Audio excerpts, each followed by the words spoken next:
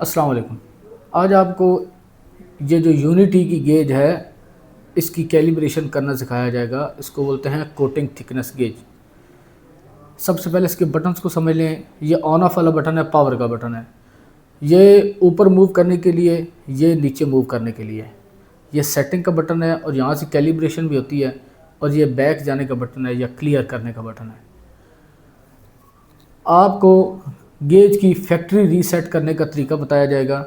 आप इस गेज को पहले ऑन कर लें पावर के बटन के साथ।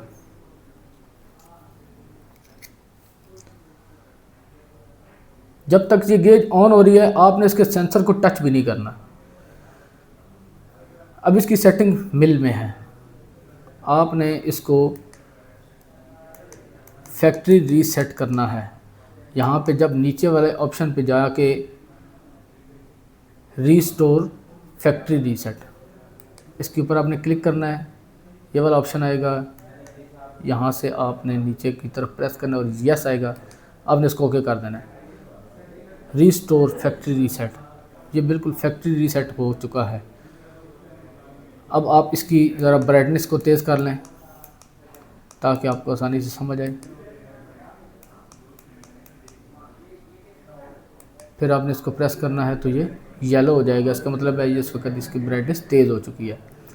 अब ये ऑटोमेटिकली जब हमने इसको फैक्ट्री रीसेट किया तो यूएम पे आ चुका है माइक्रोन में।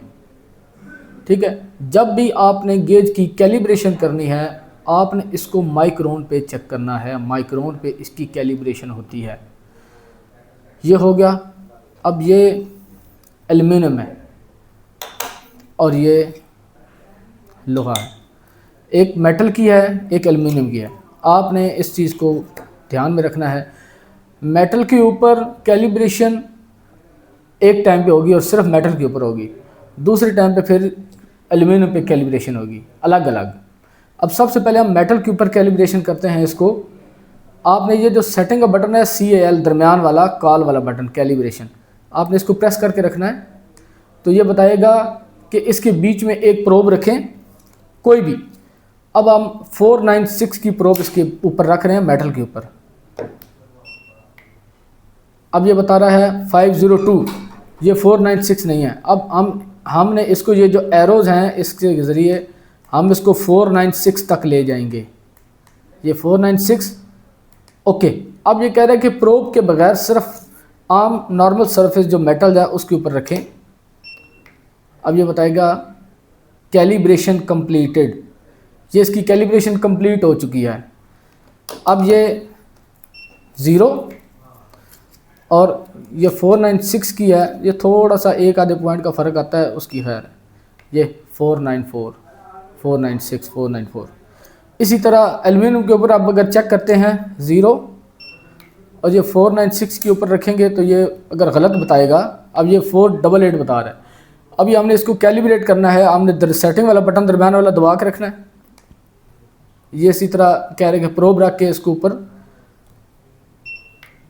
अब ये हमने 496 वाली प्रोब रखी है और ये 485 बता रहे हैं। अब हम इसको ऊपर की तरफ लेके जाएंगे, हम इसको 496 पे सेट कर देंगे।